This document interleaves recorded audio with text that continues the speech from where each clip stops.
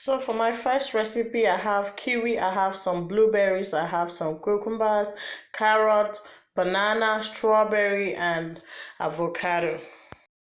Make sure you wash all your fruits and vegetables before you start using them. Wash them properly.